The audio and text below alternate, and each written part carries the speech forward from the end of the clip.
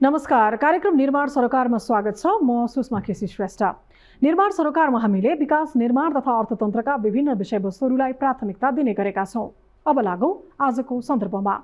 आजको 21औं शताब्दीलाई संसारभर विकास र समृद्धिसँग जोडेर हेर्ने गरिएको छ। विश्वमा कुनै पनि राष्ट्र विकसित र समृद्ध हुनका लागि विकास निर्माण अर्थात् द्रुत गतिमा भौतिक पूर्वाधार निर्माण हुनु अपरिहार्य छ। नेपालमा अझै पनि विकास निर्माणले गति लिन सकेको छैन। विकास निर्माण र पूर्वाधारको कार्यक्रम प्रभावकारी हुन नसक्दा सरकारको विकास खर्च समेत प्रभावित भएको छ। सरकारले विकास निर्माण खर्च गर्न नसक्दा अर्थतन्त्र चलायमान हुन सकेको छैन। सरकारले विकास खर्च गर्न सकेको अवस्थामा मात्र आर्थिक क्षेत्र चलायमान हुन सक्छ। निर्माण क्षेत्र सहज रूपमा सञ्चालन हुन नसक्दा समग्र मुलुकको अर्थतन्त्र नै प्रभावित भएको देखिन्छ।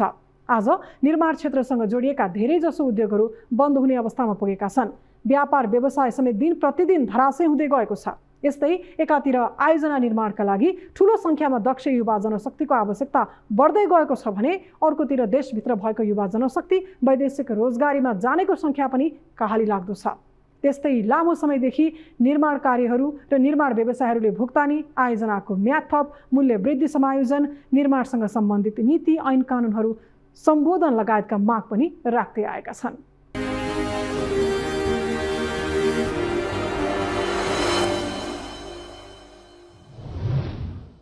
अब लागू निर्माण सरोकारका सामग्रीहरूतर्फ। नेपाल निर्माण व्यवसायी महासंघका अध्यक्ष रवि सिंहले स्थानीय तहमा उपभोक्ता समितिबाट हुने सम्पूर्ण कामको ठेक्का खारेज गर्नुपर्ने माग गरेका छन्। शुक्रबार भक्तपुरमा आयोजित निर्माण व्यवसायी संघ भक्तपुरको 21औं साधारण सभा तथा 8औं अधिवेशन उद्घाटन समारोहलाई सम्बोधन गर्दै अध्यक्ष सिंहले यस्तो माग गरेका हुन्। उनले उपभोक्ता समितिलाई पूर्वाधार निर्माणका काम गर्न दिँदा मितव्ययिता, गुणस्तरीयता र आयोजना निर्माणमाथि नै प्रश्न उठ्ने गरेको बताए। त्यस्तै पछिल्लो समय उपभोक्ता समितिले गरेका निर्माण कार्यमा व्यापक रूपमा विकृति देखिएको र यसको सम्पूर्ण दोष निर्माण व्यवसायीले खेप्नु परेको उनको आरोप छ। र उपभोक्ता समितिले काम गर्दै गर्दाखेरि त्यहाँ स्वार्थबाजी नै काम हुन्छ। उपभोक्ता समितिको काम भनेको त्यो बनेको संरचनाहरूको उपयोग गर्ने र त्यो बनेका संरचनाहरूको चाहिँ अनुगमन गर्ने, निरीक्षण गर्ने काम हो। त्यसको विपरीत राजनीतिक नेतृत्वले चाहिँ उपभोक्ता समिति गठन गरेर आफ्ना पार्टीका कार्यकर्ता र आफू नजिकका मान्छेहरूलाई चाहिँ रकम बाँडफाँड गर्न लाएर उपभोक्ता समिति गठन गरेर। त्यस्तै सरकारले निर्माण व्यवसायीका 9 बुँदे माग सम्बोधन नगरे पुनः पूर्वाधार निर्माणका काम ठप्प पार्दै देशभरि नै सशक्त सडक आन्दोलन सर्काउने महासंघका वरिष्ठ उपाध्यक्ष आङ दोर्जी लामाले चेतावनी दिए। स्थिति पनि हुन सक्छ। हामी आशा गर्छौँ त्यो नहोस्।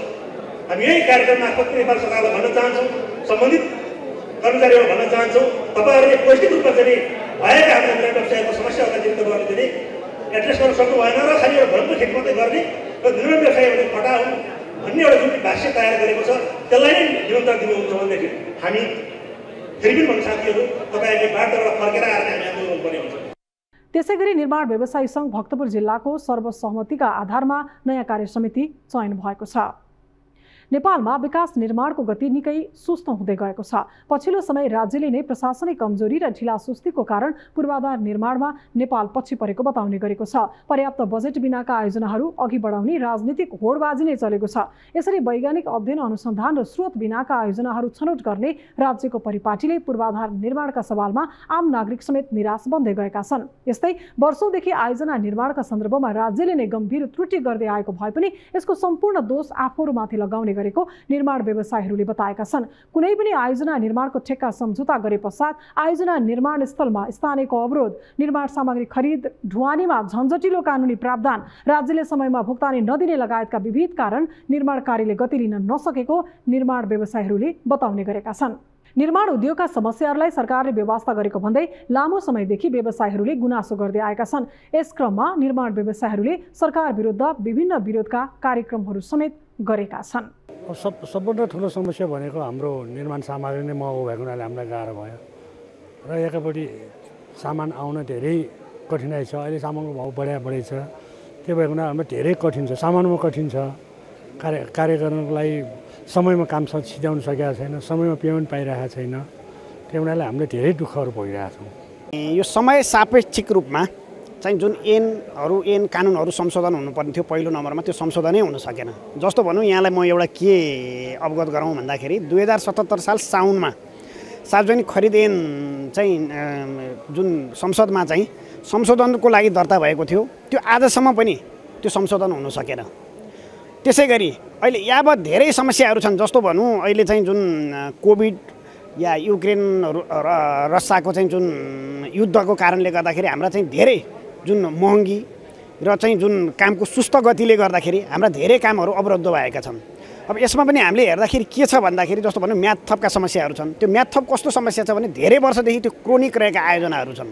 जस्तो विभिन्न कारणहरूले जस्तो मुआवजाका कारणले, वनजङ्गलका कारणले, त्यसपछि चाहिँ रकम अभावको कारणले र यी यावत लोकल डिस्टर्बका कारणले गर्दाखेरि धेरै आयोजनाहरू क्रोनिक भएर बसेका थिए र त्यसलाई चाहिँ 12औं संशोधनले जुन संशोधन अनिवार्य रूपमा संशोधन गर्ने भनेर एउटा चाहिँ आदेश जस्तै दिएको थियो र त्यो बेलामा पनि झन् 500-600 आयोजनाहरू चाहिँ त्यो बेलामा पनि त्यो म्याथप हुन सकेन त्यो कर्मचारीहरूको अकर्मण्यताको कारणले र त्यो 500-600 आयोजनाहरू त्यसरी अल्पत्र परेको छ। निर्माण व्यवसायसँग सम्बन्धित सङ्घ संस्थातिर आन्दोलित छ किनभने सरकारले त्यो वातावरण बनाउन सकेन। महत्त्वपूर्ण कुरो त निर्माण व्यवसायहरूले काम गरेका पेमेन्टहरू जुन भुक्तानी दिनुपर्थ्यो त्यो दिन सकिरहेको छैन। त्यसै गरी जुन निर्माण व्यवसायीहरूले विभिन्न कारणले हुन नसकेका कामको म्याद थपेर त्यो योजनाहरू पुरा गर्नुपर्छ भनेर माग गरिएको थियो, त्यो पनि सरकारले पुरा गर्न सकेको छैन। अनि अव्यावहारिक माइलस्टोन जस्ता बिमा ऐन जस्ता कुराहरू भएका कारणले ती कुराहरूको खारेज हुनुपर्छ भनेर यतिखेर चाहिँ निर्माण व्यवसायहरू अब उतिखेर हामीले 40-45 सालमा 10 लाख 25-50 हजारको 1 लाखसम्मको फाल्टु काम त्यो वर्षौँ दिन काम गरेपछि 25-50 हजारको काम पायौँ भने आहा मैले वर्ष दिन मेहनत गरेपछि 25-50 हजारको काम यो अफिसबाट पायौँ भने जस्तो हुन्थ्यो। अब अहिले राजनीतिकरणबाट उपभोक्ता समितिको नाममा तपाईँको भ्रम लुटै भएको देख्छु म। न ठेक्कागर जान्छ न वास्तविक सुपरभिजन हुन पाउँछ। राजनीतिक दबावले प्राविधिकहरू पनि च्याप्पमा परेका हुन्छन्। पछिल्लो समय नेपालमा विद्युत उत्पादनको विषयले धेरैको ध्यान खिचेको छ। नेपालमा जलविद्युत उत्पादनका लागि अनुकूल भूबनोट भएकाले पनि ऊर्जा उत्पादन, खपत तथा बिक्री वितरण गरेर राष्ट्रलाई समृद्ध बनाउन सकिन्छ भन्ने धेरैलाई लाग्छ। तर जलविद्युत ऊर्जा उत्पादनका क्षेत्रमा सरकारले ठोस योजना, लगानी मैत्री ऐन नियम, कानुन बनाउन नसकेको भन्दै आलोचना र बहस पनि भइरहेको छ।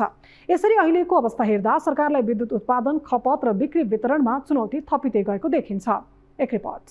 ऊर्जा उत्पादनको जति चर्चा भइरहेको छ, सरकारलाई ऊर्जा व्यवस्थापनमा उति नै चुनौती पनि थपिरहेको छ। त्यसैले पनि होला नेपालमा प्रचुर सम्भावना रहेको जलविद्युत ऊर्जा उत्पादन र खपत गर्ने कुरा यति बेला सरकारका लागि टाउको दुखाइको विषय बनेको छ। उत्पादन भइसकेको ऊर्जा खपत बढाउनका लागि पर्याप्त प्रसारण लाइन गर्ने क्रममा वन स्थानीयको अवरोध हुनु, ऊर्जा खपत बढाउने क्षेत्रको वास्तविक अध्ययन अनुसन्धानको अभाव हुनु, विद्युतीय सवारी सञ्चालन मैत्री नियम ऐन कानूनको अभाव हुनु, राज्यले निजी क्षेत्रलाई उत्पादित ऊर्जा निर्यातको ढोका नखोल्नु लगायतका समस्याहरू चुनौती बनिरहेका छन्। बिजुली पूर्ण रूपले कति ठाउँमा जान सकेन, साउँ ब्याज तिर्न सकेका छैनौँ। तर खुसी चाहिँ केमा छौँ भने अहिले प्राइम मिनिस्टरको भिजिट पछि चाहिँ इन्डियाले किनिदिन्छु भन्यो। हामीलाई किनिदिन्छु भन्नु नै धेरै ठुलो कुरा हो। अब किन्नलाई टाइम लाग्ला, कहिले किन्ला आफ्नो कुरा हो, त्यसलाई आफ्नो प्रोसिड्युरहरू होला। किनभने हामीले धेरै उत्पादनमा लागिसकेका छौँ। अहिले अब नेक्स्ट इयर रोकिँदैन हामीसँग 4000 मेगावाट बिजुली हुन्छ। नेपाल विद्युत प्राधिकरणले नै हाल मुलुकभर 1,30,000 मेगावाट विद्युत उत्पादन क्षमता रहेको प्रक्षेपण गरेको छ। तर यसमा पर्याप्त मात्रामा अध्ययन अनुसन्धान र लगानी हुन सकेको छैन। हालसम्म देशभर कुल 2,863 मेगावाट ऊर्जा उत्पादन भइसकेको छ, जसमा जलविद्युत 2,633 मेगावाट, सौर्य उत्पादन 87 megawatt, thermal 53.4 megawatt, of grid solar र जलविद्युत 83 मेगावाट, बगास अर्थात् उखुको खोस्टाबाट उत्पादित ऊर्जा 6 मेगावाट रहेको छ। अहिलेसम्म वार्षिक प्रति व्यक्ति ऊर्जा खपत 370 युनिट मात्रै रहेको छ, जबकि सरकारले सन् 2024-25 सम्म प्रति व्यक्ति ऊर्जा खपत 700 युनिट पुर्याउने लक्ष्य राखेको छ। तर उक्त समयसम्म पुग्ने गरी सरकार आवश्यक तयारीमा भने जुटेको देखिँदैन। यो पुरा बिजुली खपत हुन नसक्नु, विद्युत निर्यात पनि हामीले 452 मेगावाटको अनुमति पाए पनि त्यो मात्रामा बिजुली बेच्न नसक्नु र प्रसारण लाइनको अभावको कारण अहिले उत्पादित बिजुली खेर फालिरहँदा बिजुली आयात पनि गरिराख्नु पर्ने, लोड सेडिङको समस्या, यो झ्यापा बिजुली जाने समस्या, यी सबैको एउटै कारण भनेको पूर्वाधार नै हो, कमजोर पूर्वाधार नै हो। त्यसकारणले अहिले ऊर्जा सेक्टरमा अब सबै कुरालाई समावेश गर्दा एउटै चुनौती भन्नुपर्दा त्यो भनेको पूर्वाधार नै रह्यो। सरकारको कमजोर तयारीका कारण पनि ऊर्जा उत्पादन, वितरण, आन्तरिक खपत र बाह्य निर्यात गर्ने विषय निकै पेचिलो बन्दै गएको छ। कसले बनाउने भन्ने कुराको सन्दर्भमा पनि हामीले केही वर्षदेखि चाहिँ यो सरकारी निजी भनेर जसरी छुट्याउँदै आएका छौँ, यसमा पनि हाम्रो सोच्ने तरिका चेन्ज गर्नुपर्छ। नेपालको निजी क्षेत्र भनेको पनि यसलाई हामीले जुन सरकारी भनेको जस्तै हो कि हो। नेपालको निजी क्षेत्र भनेको चाहिँ कोही हाम्रो जुन निजी क्षेत्रले बनाउने भनेको छ त्यो हामी नै हो, त्यो हाम्रै पैसा हो, हामीले नै बनाएको कुरा हो, त्यसको नाफा पनि अल्टिमेटली हामीले नै पाउने हो। यसको बारेमा पनि हामीले अलिक फराकिलो उदार भएर सोच्नुपर्छ। ऊर्जा व्यापारबारे सम्भाव्यताका बहस चलिरहँदा सुदृढ नीतिका साथ राज्य नै कार्यान्वयनमा इमान्दार बन्न जरुरी देखिन्छ। अनि सरकारले ऊर्जा व्यापारमा नेपालको हितलाई प्राथमिकतामा राखेर भारत, बांग्लादेश, भुटान लगायतका सार्क राष्ट्रहरूमा कूटनीतिक पहल गर्न पनि उत्तिकै आवश्यक छ। कार्यक्रम निर्माण सरोकारमा अब बाँकी प्रसङ्ग। निर्माण व्यवसायी संघ भक्तपुरले 21औं साधारण सभा तथा 8औं अधिवेशनको आयोजना गरेको छ। संघले शुक्रबार काठमाडौँमा एक कार्यक्रम गर्दै उक्त समारोह सञ्चालन गरेको हो। साधारण सभा मार्फत निर्माण व्यवसायी संघ भक्तपुरको नयाँ कार्य समिति चयन गरिने संघका वर्तमान अध्यक्ष विजय कुमार देउजाले बताए। हाम्रा जिल्लाभर रहेका लगभग 500 जान्छुन निर्माण व्यवसायीहरू उपस्थित हुनेछौँ र यो कार्यक्रममा आज हामीले नेतृत्व चयन पनि भएको कारणले गर्दाखेरि पहिलो चरणको कार्यक्रम उद्घाटन सत्र सकिसकेपछि बन्द सत्र र बन्द सत्रमा हामीले आज छलफल गर्नुपर्ने विषयहरू नेपाल सरकारसँग हामी अहिले हाम्रो महासङ्घको नेतृत्वमा हामी आन्दोलनमा छौँ। हाम्रा 9 बुँदे मागहरूसहित हामी आन्दोलनमा बसिरहेको अवस्थामा अझै पनि हाम्रो आन्दोलन स्थगित मात्र भएको, हाम्रो आन्दोलन सकिएको छैन। यस्तै देउजाले सर्वसहमतिका आधारमा नयाँ कार्य समिति चयन गरिने पनि बताएका छन्। नेपाल निर्माण व्यवसायी महासंघले व्यावसायिक दक्षताका अभिवृद्धिका लागि निर्माण व्यवसायीहरूलाई 5 दिने तालिम दिएको छ। महासंघको सचिवालय अन्तर्गतको व्यवसाय प्रवर्धन तथा व्यवस्थापन कार्यान्वयन समितिले निर्माण व्यवसायीहरूलाई कन्स्ट्रक्सन म्यानेजमेन्ट तालिम प्रदान गरेको हो। निर्माण व्यवसायीहरूको कमी कमजोरीहरूलाई सुधार गर्दै निर्माण उद्योगलाई व्यवस्थित, मजबुत र चुस्त बनाउनका लागि आवश्यकता अनुसार आगामी दिनमा देशका विभिन्न ठाउँमा यस्ता तालिमहरू सञ्चालन गर्न सकिने महासंघले जनाएको छ। उक्त तालिमको संयोजक समेत रहेका महासंघका महासचिव रोशन दाहालले सैद्धान्तिक ज्ञानलाई व्यवहारमा लागू गर्न, तालिम प्राप्त सैद्धान्तिक ज्ञानलाई व्यवहारमा लागू गर्न कन्स्ट्रक्सन म्यानेजमेन्ट सम्बन्धी तालिमले महत्त्वपूर्ण भूमिका निर्वाह गर्ने बताए।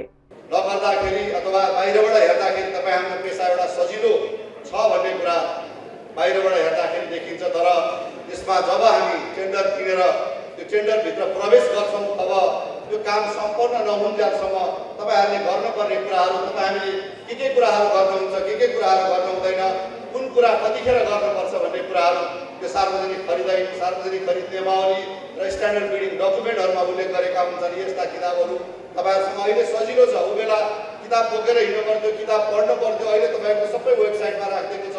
तालिममा देशभरका विभिन्न जिल्लाहरूबाट सहभागिता रहेको थियो। उक्त कार्यक्रममा सहभागी व्यवसायीहरूले कन्स्ट्रक्सन म्यानेजमेन्ट तालिम लिए पश्चात पेशागत क्षमता अभिवृद्धि गर्न हौसला बढेको बताएका छन्। साथै आयोजना ठेक्का सम्झौता, निर्माणसँग सम्बन्धित ऐन नियम कानुनहरू, ब्याङ्क तथा वित्तीय संस्थासँग सम्बन्धित ज्ञान लगायतका विषयमा राम्रोसँग बुझ्ने अवसर पाएको तालिममा सहभागी निर्माण व्यवसायीहरूको भनाइ छ। 17 वर्षमा सम्पन्न गरिसक्ने गरी सुरु गरिएको लुम्बिनी विकास गुरु योजना 4 दशक पार गरिसक्दा पनि अझै सम्पन्न हुन सकेको छैन। 2035 सालमा जापानी वास्तुविद प्रोफेसर केन्जो टाङ्गेले बौद्ध तीर्थस्थल र पर्यटकीय केन्द्रको रूपमा विकास गर्ने परिकल्पना गर्दै लुम्बिनी विकास गुरु योजना बनाएका थिए।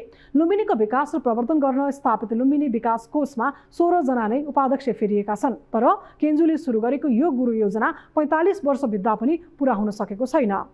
एक रिपोर्ट। गत साउन 16 गते बसेको मन्त्री परिषदको बैठकबाट लुम्बिनी विकास कोषको उपाध्यक्षमा नियुक्त भएका डाक्टर ल्याहार क्याल लामा खेन्पो छिमे छिरिङले विवाद र आलोचनाका बीच साउन 25 गते पदभार ग्रहण गरे। लुम्बिनी विकास कोषमा उपाध्यक्ष हुने लिस्टमा लामा 16औं नम्बरमा पर्छन्। विभिन्न पार्टीमा प्रवेश गरी राजनैतिक लाभ लिएका ल्याहार क्याल विदेशी मान्छे पठाएर ठगी गर्नेदेखि बैंकको लकरमा गोली भिटिएर विवादित भएका थिए। लुम्बिनी जस्तो ठाउँमा उनी जस्ता विवादित मान्छेलाई नियुक्ति दिनु उचित नभएको भन्दै आलोचना भइरहँदा उनले कार्यभार सम्हालेपछि गुरु योजना विपरीतका काम आफूले रोक्ने र लुम्बिनी विकास गुरु योजनालाई छिटो पूरा गर्ने प्रतिबद्धता जाहेर गरेका छन्। यहाँ जति विकासमा छ भने थाहा छैन है, विकासमा यति विसङ्गति अनियमितता यति छ भने अब त अलिकति सच्याउने समय हो। मलाई पनि कुनै कार्यशैली कुनै भनाइ मेरो विचार र मेरो गराइप्रति तपाईँको चित्त बुझेन र कुनै यो लुम्बिनीको मर्म र भावना स्पिड अनुसार भइरहेको छ भने तपाईँको साथी मात्र मात्र बन्नु सक्नुहुनेछ। यो खोला छ है। 17 वर्षमा सम्पन्न गर्ने गरी सुरु भएको लुम्बिनी गुरु योजनाले 4 दशक पार गरिसक्यो।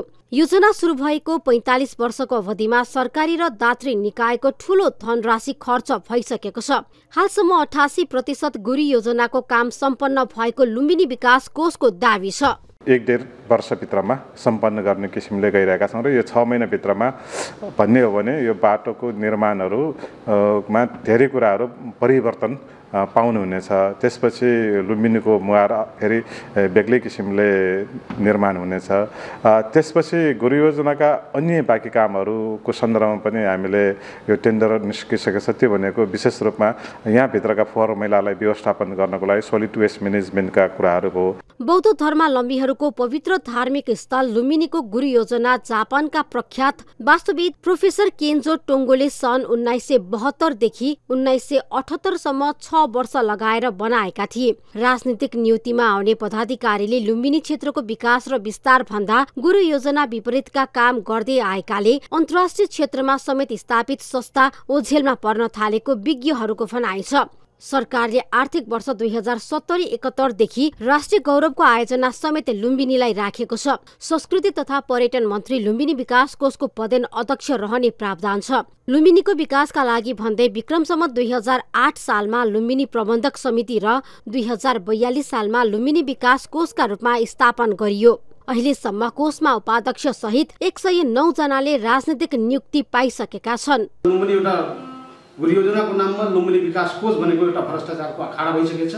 त्यही अखाडाको कारणले गर्दा लुम्बिनी चाहिँ जुन गतिले विश्वमा चिन्नु र चिनाउनु पर्ने हो त्यो भएको छैन। खालि चिन्ने चिनाउने काम कसको भयो? गुरुहरूको हो। किनभने गुरुहरूको योजना नै त्यहाँ लागू हो, गुरु योजना लागू भएको छैन। अहिले पनि मैले पेपरहरू पढ्छु, तपाईको 7 अरबको त्यो रहेछ गुरु योजना, जसमध्ये 4 अरबको चाहिँ ठेक्कापट्टा भएर काम भइरहेछ, बाँकीको ठेक्कापट्टा गर्न बाँकी छ। लुम्बिनी विकास कोषको गुरु योजना पूर्ण रूपमा सम्पन्न गर्न अझै 5 अर्ब रुपैयाँ भन्दा बढी बजेट आवश्यकता रहेको कोषका पदाधिकारीहरू बताउँछन्। नवनियुक्त उपाध्यक्ष ल्याहार क्यालले पदभार ग्रहण गरेसँगै कोषको सम्पर्क कार्यालय काठमाडौँमा स्थापना गर्ने निर्णय गराएका छन्। लुम्बिनीको विकासमा अहिलेसम्म 10 अर्ब भन्दा बढी रुपैयाँ रकम खर्च भइसकेको छ। कार्यक्रम निर्माण सरोकारमा अब पालो भएको छ निर्माण अन्तर्वार्ताको। अहिले नेपाल निर्माण व्यवसायी महासंघ विभिन्न 9 सूत्रे माग राख्दै आन्दोलित भएको छ। केही समय अघि सशक्त सडक आन्दोलन गरेको महासंघ अहिले निर्माण उद्योगका समस्या समाधानका लागि सरकारले दुवै पक्षबाट वार्ता टोली गठन गरेको छ। उक्त टोलीमा सरकार र महासंघका पदाधिकारीहरूको सहभागिता रहेको छ। निर्माण व्यवसायीहरूको आन्दोलनको स्वरूप परिवर्तन भएको छ। महासंघका अध्यक्ष रवि सिंहले निर्माण क्षेत्रमा देखिएका समस्या, निर्माण व्यवसायीहरूले सामना गर्नु परेको चुनौती, निर्माण कार्यलाई गति दिन महासंघले तय गरेको कार्यदिशाको विषयमा न्युज 24 टेलिभिजनसँग कुराकानी गर्नु भएको छ। साथीहरू, अहिले पनि हामी आन्दोलनमै छौँ। यो अहिले हामी वार्तामा बसिरहेका छौँ। नेपाल सरकारसँग छलफल गरिरहेका छौँ। सम्माननीय प्रधानमन्त्रीज्यूले नियुक्त गरेको टोल कमिटीसँग हामी छलफल गरिरहेका छौँ र हामी निरन्तर रूपमा निर्माण उद्योगको हकको लागि, निर्माण व्यवसायको हकको लागि र मुलुकको हकको लागि लडिरहेका छौँ, अगाडि बढिरहेका छौँ र सरकारलाई खबरदारी गर्ने काम, सल्लाह सुझाव दिने कामहरू हामीले गरिरहेका छौँ। र अहिले मुलुक सङ्कटमा छ, लामो समयदेखि निर्माण उद्योग पनि सङ्कटमा छ। 2076 वैशाख 30 गते सार्वजनिक खरिद नियमावलीको 6औं संशोधनबाट समस्या सृजना भएको, अहिलेसम्म हामी त्यही समस्या निरन्तर रूपमा त्यही समस्याले पिरोलिरहेका छौँ र आज पनि मुलुकमा लगभग 2500 भन्दा बढी आयोजनाहरूमा चाहिँ म्याद थप नभएको कारणले र हामी निर्माण कम्पनीहरूले काम गरेर भुक्तानी बाँकी 10 अर्ब रुपियाँ र बिल माइलस्टोनको कारणले र सरकारी नियोक्ताहरू, प्रोजेक्ट म्यानेजरहरू र विभागीय प्रमुखहरूको अकर्मण्यताको कारणले गर्दाखेरि 400 भन्दा बढी आयोजनाहरूको म्याद थप भएको छैन। यी यावत समस्याहरूलाई लिएर हामी आन्दोलित छौँ। सरकारसँग हामी छलफल गरिरहेका छौँ र पक्कै पनि यहाँले चयन गर्नुभएको नेतृत्वले मुलुकको हकको लागि, व्यवसायिक हकको लागि कुनै पनि कम्प्रोमाइज नगरिकन, कहीँ पनि सम्झौता नगरिकन समग्र मुलुकको हितको लागि, व्यवसायको हितको लागि हामी लागि पर्ने कुरा म प्रण गर्न चाहन्छु। जसरी 2075 साल असोज 6 गते तपाईँहरूले मलाई पहिलोपटक निर्माण व्यवसाय महासङ्घको अध्यक्षको रूपमा स्वीकारेर निर्वाचित गर्नुभयो।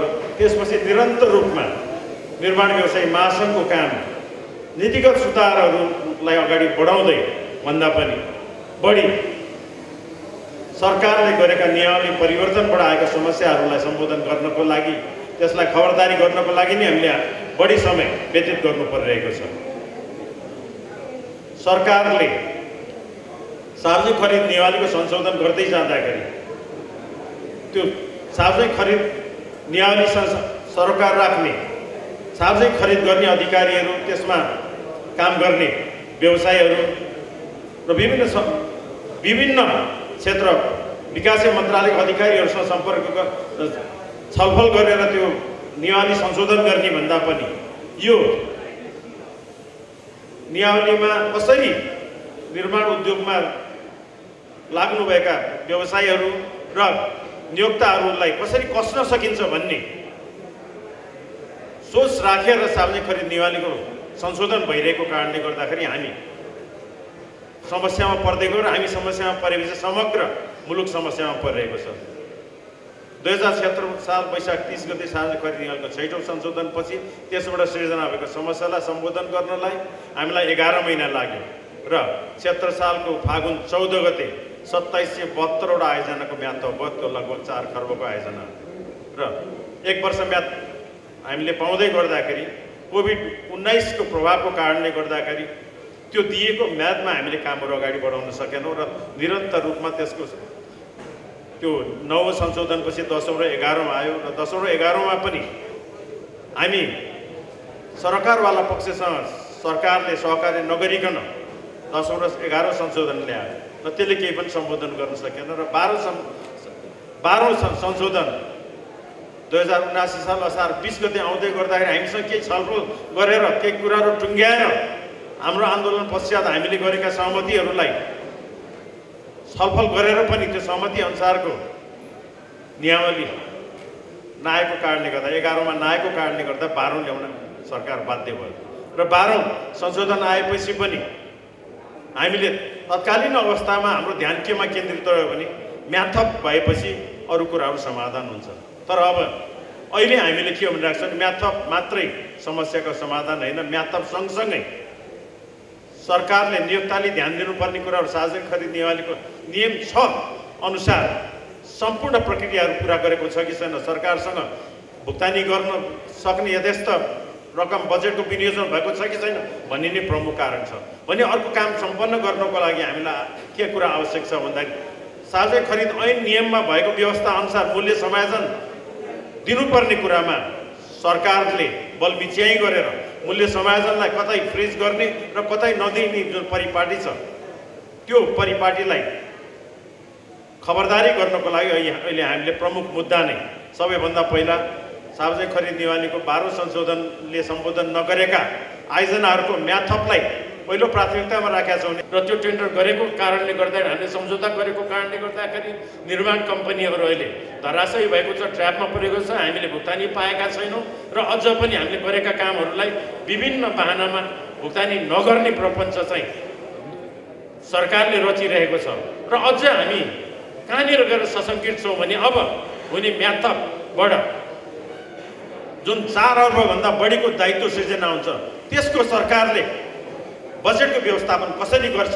भन्ने कुरामा हामी अत्यन्त चिन्तित छौँ र सरकारलाई हामी विनम्रतापूर्वक पनि अनुरोध गरिरहेका छौँ सम्मान्य प्रधानमन्त्रीज्यूलाई, अर्थमन्त्रीज्यूलाई, विकास मन्त्रालयका मन्त्रीज्यूलाई र हामी खबरदारी पनि गरिरहेका छौँ। यदि तपाईँहरूले 1 वर्ष म्यादभित्र चाहिँ ती कामहरू सम्पन्न गर्नुपर्छ भन्ने हामीबाट त्यो किसिमको प्रतिबद्धता चाहनुहुन्छ भने तपाईँहरूले त्यसको भुक्तानीको प्रतिबद्धता र त्यो भुक्तानीको सेड्युलहरू हामीलाई उपलब्ध गराउनुपर्छ।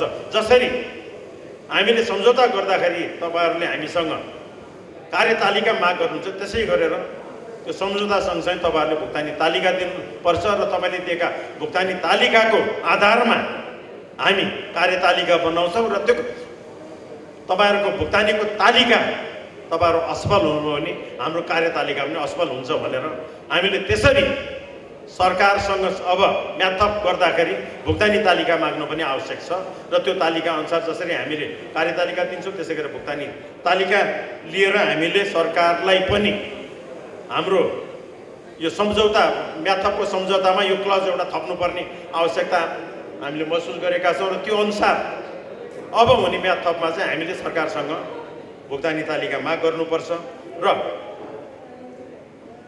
हामीले आन्दोलित हुँदै गर्दाखेरि मुलुकभरिबाट निर्माण व्यवसाय साथीहरूले हामीलाई एकदम हौस्याएको छ, हामीलाई हौसला दिएको छ। हाम्रो एउटा आह्वानमा मुलुकभरि सबै 77 जिल्लाका साथीहरू साथै प्रदेशका साथी एसोसिएट सबैले आफ्नो आफ्नो भूमिका निर्वाह गरेर आन्दोलनलाई उचाइमा पुर्याउने कामहरू गर्नुभएको छ।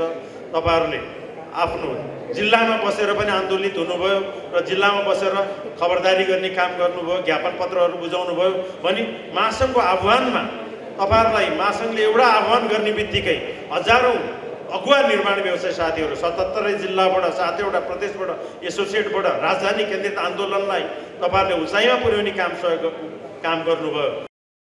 आजको लागि कार्यक्रम निर्माण सरकार यति नै। तपाईको आफ्नो स्थानीय क्षेत्रमा भएका विकास, निर्माण तथा निर्माण क्षेत्रका विषयमा कुनै पनि गुनासो तथा समस्याहरू छन् भने हामीलाई सम्पर्क गर्न सक्नुहुनेछ। विकास निर्माण क्षेत्रमा लक्षित निर्माण सरकार कार्यक्रममा समावेश गर्न सकिने विषयवस्तु तथा सामग्रीको विषयमा तपाईको केही सुझाव तथा प्रतिक्रिया छ भने हामीलाई मोबाइल, भाइबर र इमेलबाट 24 हेल्प डेस्कमा समस्या र गुनासोहरू गर्न सक्नुहुनेछ। आजलाई कार्यक्रम निर्माण सरकारबाट बिदा दिनुहोस्। नमस्ते।